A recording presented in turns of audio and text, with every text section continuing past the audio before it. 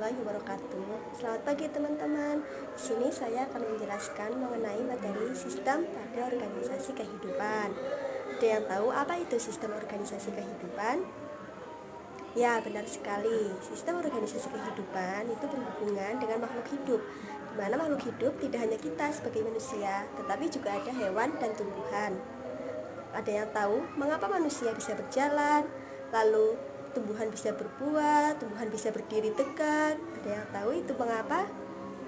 Ya benar ya, karena seperti pada manusia, dia memiliki organ kaki yang bisa berjalan. Seperti pada tumbuhan, dia bisa berdiri tegak karena dia memiliki batang. Nah, untuk materi selanjutnya akan dijelaskan sebagai berikut. Nah, tubuh pada makhluk hidup terdiri atas berbagai macam organ. Seperti pada manusia, terdapat organ tangan, organ kaki, dan organ-organ lainnya. Dan begitu juga pada hewan. Sedangkan organ pada tumbuhan meliputi akar, batang, daun, buah, dan bunga. Nah, kemudian organ-organ tersebut tersusun dari apa? Organ-organ tersebut tersusun dari bagian-bagian yang lebih kecil lagi. Lalu pertanyaannya, apa yang dimaksud dengan tingkat organisasi kehidupan? Nah, jadi apa itu tingkat organisasi kehidupan? Tingkat organisasi kehidupan yaitu tingkatan kehidupan mulai dari bagian yang paling sederhana hingga bagian yang lebih kompleks. Nah, untuk bagian yang pertama yaitu sel. Apa itu sel?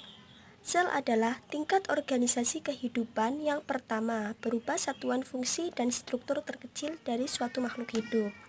Lah, sel sendiri memiliki ukuran berkisar 5-15 mikron, di mana 1 mikron itu sama dengan 0,001 mm.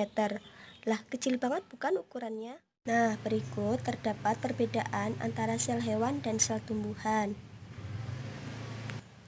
Lalu dengan ukuran sel yang sangat kecil itu, bagaimana orang terdahulu bisa menemukan adanya sel? Nah, berikut akan dijelaskan mengenai sejarah sel.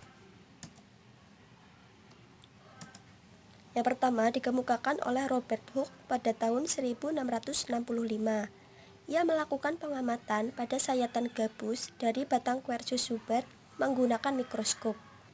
Nah, pada pengamatannya, ia menemukan adanya ruang-ruang kosong yang dibatasi dinding-dinding tebal, dan ruang-ruang kosong tersebut disebut dengan istilah selulae atau sel, yang merupakan sel-sel gabus yang telah mati.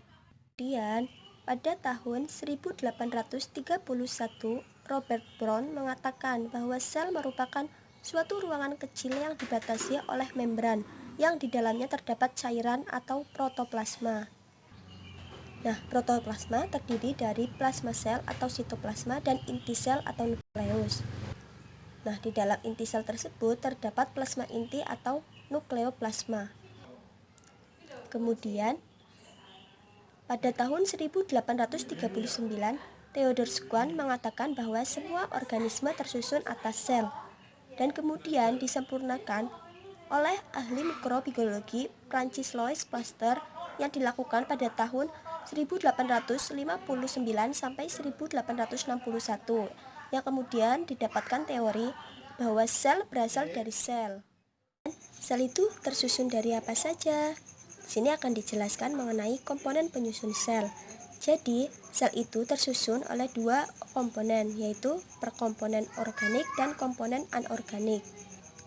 Pada komponen organik meliputi 1. Karbohidrat, 2. Protein, 3. Ada lemak, dan yang keempat asam nukleat. Sedangkan pada komponen anorganik meliputi 1. Meliputi air, 2. Vitamin, dan yang ketiga yaitu mineral. Nah, berikut mengenai penjelasan mengenai sel ya. Sekarang untuk tingkat organisasi kehidupan selanjutnya yaitu jaringan. Apa itu jaringan? Jaringan adalah tingkat organisasi kehidupan berupa sekelompok sel yang bentuk dan fungsinya sama. Jadi jaringan itu tersusun atas beberapa sel. Jaringan pada hewan dan tumbuhan berbeda. Berikut penjelasannya. Pada jaringan hewan itu terdapat jaringan ikat, jaringan epitel, jaringan otot, dan jaringan saraf. Sedangkan pada jaringan tumbuhan itu terdapat jaringan meristem, jaringan epidermis, jaringan pengangkut yang terdiri dari floem dan xilem, jaringan parenkim, dan jaringan penyokong yang terdiri dari kolenkim dan sklerenkim. Nah, untuk tingkat organisasi kehidupan selanjutnya yaitu organ. Apa itu organ? Organ merupakan kumpulan beberapa macam jaringan yang bekerja sama untuk melakukan tugas tertentu. Organ sendiri seringkali tersusun atas jaringan-jaringan yang berbeda. Seperti pada manusia maupun hewan itu terdapat organ tangan, organ kaki, dan organ tubuh lainnya. Sedangkan pada tumbuhan, organ penyusun pada tumbuhan itu terdiri dari akar, batang, daun, buah, bunga, dan biji. Kemudian untuk tingkat organisasi kehidupan selanjutnya yaitu mengenai sistem organ. Apa itu sistem organ? Sistem organ adalah tingkat organisasi kehidupan berupa kumpulan dari berbagai organ dan menjalankan tugas tertentu. Nah, itu disebut dengan sistem organ. Yang termasuk sistem organ di sini yaitu meliputi sistem integumen atau kulit, sistem pencernaan, sistem respirasi atau pernafasan, sistem kerangka, dan sistem reproduksi. Kemudian, untuk tingkat organisasi kehidupan selanjutnya yaitu organisme. Apa itu organisme?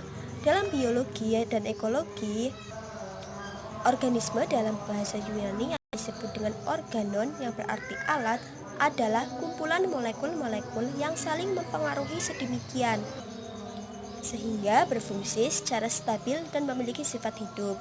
Nah, organisme itu seperti kita ya, manusia, hewan, tumbuhan itu disebut dengan organisme.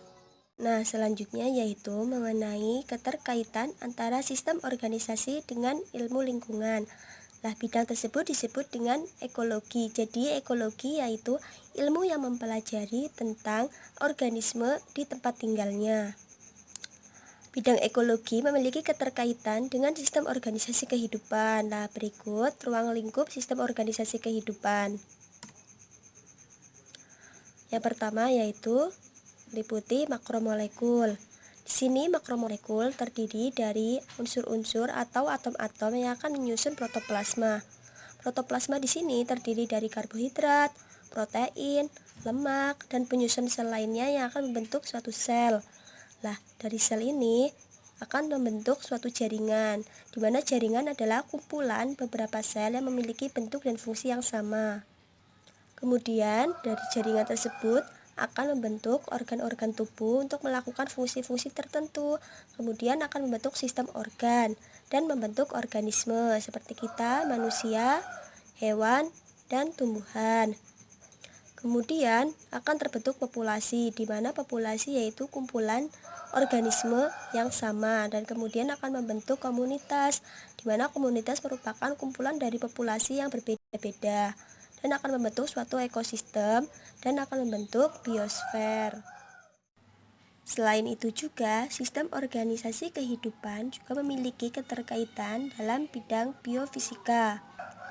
Biofisika yaitu mempelajari tentang bagaimana mengaplikasikan hasil temuan dalam ilmu fisika terhadap dunia biologis, terutama dalam ilmu penyakit dan penanggulangannya. Sebagai contohnya di sini yaitu dalam sel. Penggunaan radiasi gamma dan emisi tron sebagai penghambat sel kanker dan pelacak bagian tubuh yang digerogoti oleh kanker. Selain itu, ilmu instrumentasi yang digunakan untuk membentuk gambar bagian tubuh yang berpenyakit, baik itu secara 1D, 2D, maupun 3D. Nah, berikut penjelasan mengenai sistem organisasi kehidupan, di mana sistem organisasi kehidupan itu meliputi yang pertama ada sel, jaringan, organ, sistem organ, dan organisme. Berikut penjelasan mengenai sistem organisasi kehidupan. Terima kasih. Assalamualaikum warahmatullahi wabarakatuh.